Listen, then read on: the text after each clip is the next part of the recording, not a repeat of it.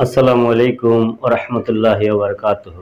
সম্মানিত ভাইরা, আমি একদিন চট্টগ্রামের টাইগার পাস এলাকা থেকে লোকাল গাড়িতে করে ভদ্রার যাব। এই নিয়তে গাড়িতে উঠলাম। আলহামদুলিল্লাহ, কিছুক্ষণ পরেই দেখলাম একজন চট্টগ্রামের লোকাল ভালো মানের একজন বক্তা, তিনি আমার পাশের সিটে এসে বসলেন। আলহামদুলিল্লাহ, আমি মোটামুটি খুশি যে না, একজন ভালো লোকের সাথে আজকে সফর সঙ্গী হচ্ছি। তো ভদ্রলোক আমাকে আলহামদুলিল্লাহ খুব নিজে থেকেই আমার সাথে উনি আলাপচারিতা শুরু করলো। এক পর্যায়ে বলল, ভাই, এত মাহফিল, সকালে মাহফিল, বিকালে মাহফিল, রাত্রে মাহফিল, প্রচুর দাওয়াত। দাওয়াত নিতেও পারি না, এতগুলো দাওয়াত কিভাবে নেয় বলেন? একদিনে কি 2-3 জায়গায় বক্তব্য দেওয়া সম্ভব?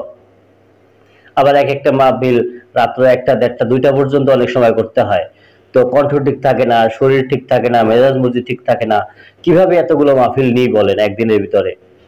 বিষয়টা আসলেই কিন্তু ভাবার মতো একটা বিষয়, যে একজন মানুষের উপরে এত চাপ কিভাবে সম্ভব। তো এরপর উনি একের পর এক তার ব্যস্ততা, তার কর্মতৎপরতা, তার দাওয়াত, তার আকীদা বিশ্বাস নিয়ে আমাকে অনেকক্ষণ কথা বললো, ভালোই লাগলো, দাওয়াত দিল। যখন আমি গাড়ি চলতে চলতে একদম মুরাদপুর, হ্যাঁ, মুরাদপুর গিয়ে গাড়ি দাঁড়ালো, তখন আমি ওনাকে একটু বললাম এক্সকিউজ করে, যেহেতু আলেম মানুষ, তো আমি তো ওনার মতো আলেম না, তো এক্সকিউজ করে ওনাকে বললাম, ভাই, আমার একটা কথা ছিল। যেহেতু উনি অনেকক্ষণ কথা বলেছে, তখন স্বাভাবিক বিষয় উনিও একটু শুনবে, এটাই স্বাভাবিক। তো বললো, হ্যাঁ বলেন না, কোনো সমস্যা নেই। তো আমি বললাম, আজকে হাজি ক্যাম্প মসজিদে আমি ফজরের সালাত আদায় করেছি। ওই মসজিদে সর্বোচ্চ 5 জনের উপরে কখনো মুসল্লি উপস্থিত পাই না ফজরের নামাজে। এমনকি এমন হয়েছে, একদিন গিয়ে দেখি যে ইমাম সাহেব, মুয়াজ্জিম সাহেব বসে আছে, আর একজন লোক আসবে তার অপেক্ষায়, না হলে তো পরিপূর্ণ জামাত হবে না। তো এই যদি আমাদের হেদায়েতের অবস্থা হয়ে থাকে, তাহলে এত ওয়াজ কোথায় যায়?